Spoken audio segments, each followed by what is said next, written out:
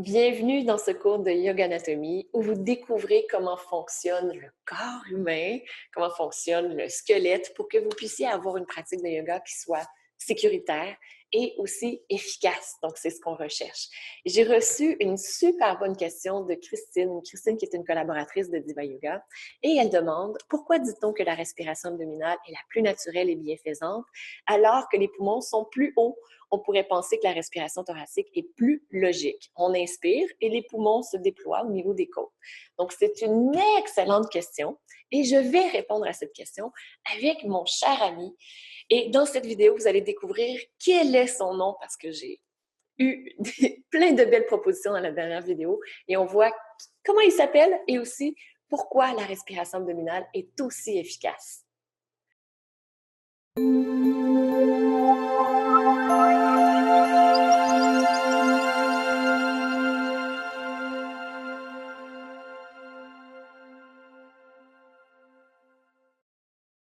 Namasté.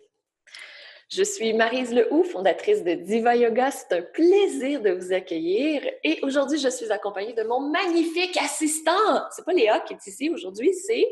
On va le découvrir. Dans la dernière vidéo de Yoga Anatomie, j'ai eu plein de belles suggestions. Il y avait évidemment Oscar qui était là, qui était notre premier nom pour Oscar, qui est un nom qui est fréquemment utilisé dans le cadre des cours d'anatomie depuis des dizaines d'années. Mais je me disais, peut-être qu'ensemble, on peut faire quelque chose d'original. Puis là, vous avez eu des super propositions. Vous avez eu des propositions comme Léo pour l'assistante Léa et l'assistant Léo. Donc ça, j'ai trouvé que c'était une super bonne idée. On a eu Oscarine également. On a eu Lucie. Donc Lucie qui est le squelette qui a été découvert l'année de ma naissance, qui est complet à 40%, qui date de 3 millions d'années. Donc, c'est le nom de ce squelette. On lui a donné le nom de Lucie. Et je trouvais que c'était une super bonne idée également. On a eu également Hélios, que j'ai adoré. Hélios, on a aussi le mot os dedans. Oui, le mot os.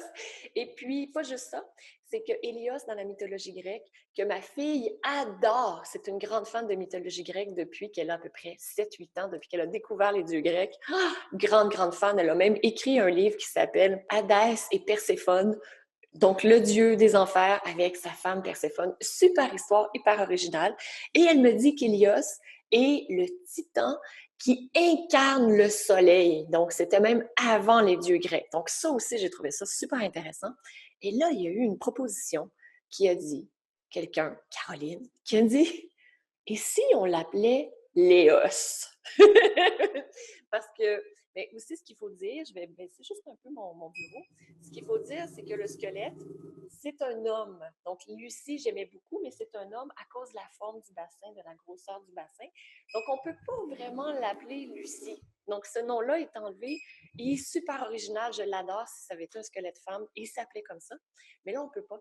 Donc, on va l'appeler Léos parce que ça combine Léa, ça combine Oscar, Oscarine, ça combine également Hélios. Donc, tout est là et c'est notre assistant, Léos. Mais on revient maintenant à la respiration abdominale. Donc, pourquoi la respiration abdominale plutôt que la respiration thoracique? Donc, Léos va nous aider un petit peu parce qu'il va nous aider à voir où est situé le diaphragme. Le diaphragme, c'est un muscle. C'est le muscle qui est responsable de la respiration à 75%. Donc, lorsqu'on respire avec le diaphragme, on a une respiration qui est très efficace parce que c'est son rôle dans notre corps. Et le diaphragme est situé, vous voyez ici, ça c'est la cage thoracique.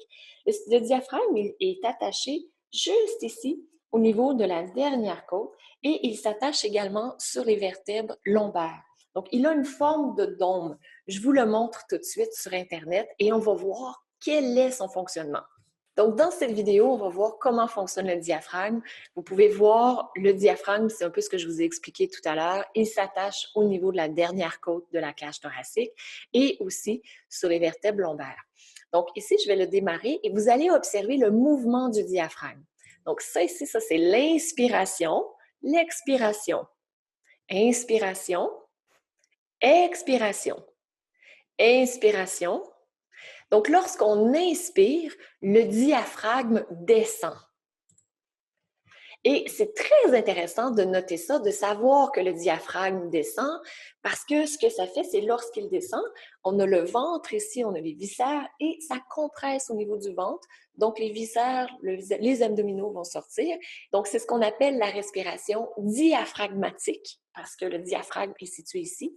Donc, ça, c'est son nom un peu plus scientifique, et son nom commun, c'est la respiration abdominale, parce qu'on peut beaucoup plus facilement situer l'abdomen que le diaphragme. Vous l'avez vu, le diaphragme, on ne le voit pas, il est à l'intérieur de notre corps, et la plupart des gens ne savent pas où précisément est leur diaphragme. Donc, on appelle la respiration abdominale, et lorsque ça descend, on aura le ventre qui va sortir. Donc, c'est pour ça qu'on dit gonfler le ventre pour permettre au diaphragme de se contracter. Donc, lorsqu'il descend, le diaphragme, il se contracte, ce qui permet aux poumons, qui ne sont pas un muscle, les poumons sont juste un espace dans notre corps, ça permet à l'air de rentrer dans nos poumons et les poumons prennent de l'espace. Donc, c'est comme ça que ça se fait. Et ça, c'est 75% pour la respiration diaphragmatique. Il y a beaucoup de bienfaits à la respiration diaphragmatique. Donc, je vous donne quelques-uns des bienfaits qui ont été répertoriés par une des facultés de l'Université de Montréal. Donc, la respiration diaphragmatique, des bienfaits. Premièrement, c'est une respiration qui est plus lente, qui est plus profonde, donc ça amène un meilleur remplissage et un meilleur vidage des poumons, si on veut, ce qui amène une meilleure oxygénation du sang. Ça l'amène alors un plus grand bien-être, autant au niveau de l'énergie, de la détente. On active également le système nerveux parasympathique. Donc, ce que ça veut dire, c'est que notre système digestif fonctionne mieux. On a une diminution du rythme respiratoire et cardiaque et de la tension artérielle, ce qui est super bon pour la santé aussi. Donc, c'est très favorable et surtout pour les personnes anxieuses. On remarquera que les personnes anxieuses vont avoir une respiration plutôt thoracique et ceux qui sont plus calmes auront naturellement une respiration diaphragmatique, une respiration abdominale. Et comme je vous ai mentionné, cette respiration abdominale diaphragmatique compte pour 75% de la respiration. Où est l'autre 25%? L'autre 25%, ce sont les muscles intercostaux. Donc, on a ici les côtes qui sont là et on a des muscles qui sont par-dessus, externes et aussi à l'intérieur. Donc, ce qui permet de bouger la cage thoracique. On va rester dans les explications simples pour l'instant. Dans la formation professorale de yoga, on va beaucoup plus en profondeur dans ce genre d'explications. Donc, on a 75% ici avec le diaphragme et à peu près un 25% ici au niveau des côtes. Donc, lorsqu'on va avoir une respiration efficace, que ce soit sur le tapis de yoga ou encore à l'extérieur du tapis de yoga, on va avoir notre respiration diaphragmatique, abdominale et aussi une respiration thoracique. Donc, avoir les deux pour avoir un échange d'oxygène qui est encore meilleur.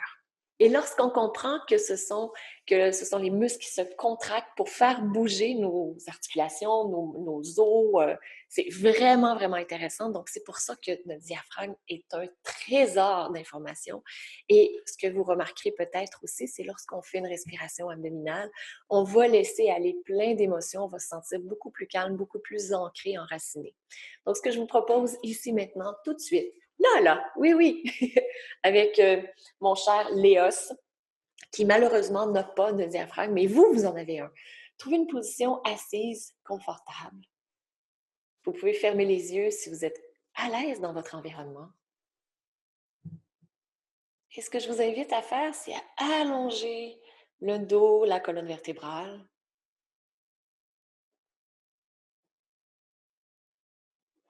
Et expirez complètement, ramenez le ventre, le nombril en direction de la colonne vertébrale. Et à l'inspiration, gonflez votre ventre.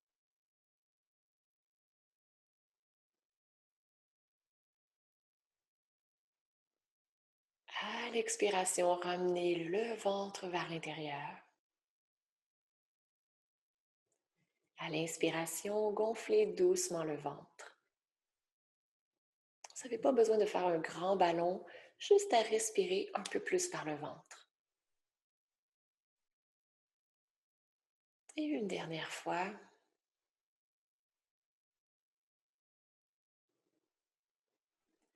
Vous expirez, ramenez le nombril en direction de la colonne vertébrale. Et vous inspirez, vous gonflez le ventre. Et observez comment vous vous sentez en faisant 3 ou 4 respiration. Le calme qui s'installe, peut-être l'anxiété qui a baissé, pour que vous puissiez être plus en contact avec vous-même et avec des émotions comme le calme, la paix intérieure, peut-être même l'amour pour vous-même, pour les autres. Donc voilà, c'était... Oh, merci Léos. Il est vraiment, vraiment gentil d'être là pour nous, de nous aider à expliquer ces choses. Et ce que je vais faire, c'est qu'en dessous de la vidéo, je vais mettre le lien de la vidéo que j'ai utilisée sur YouTube pour vous démontrer comment fonctionne le diaphragme. Donc, c'est une vidéo en anglais, mais vous pourrez vous amuser peut-être à explorer encore plus ce volet de l'anatomie. Et je vous rappelle, si vous êtes intéressé à pratiquer le yoga à la maison, j'ai un super guide. Juste là, le guide ultime pour pratiquer à la maison, soit que vous souhaitez commencer la pratique à la maison ou encore que vous souhaitez l'approfondir. Avec mon équipe, ce qu'on a fait, c'est qu'on a mis de l'information pour que vous puissiez approfondir avec quel genre de musique vous pouvez utiliser, des liens vers des pratiques de yoga. Je pense que vous allez beaucoup aimer pour déployer votre diaphragme et aussi vos côtes lorsque vous allez faire la respiration abdominale ou encore la respiration complète. Je vous souhaite une magnifique journée et demain, je vous réserve une magnifique surprise. Vous allez voir, ce sera génial parce qu'on va parler de la peur du jugement des autres. Je pense que ça touche beaucoup d'entre nous. Je vous embrasse et on se retrouve demain. Namasté!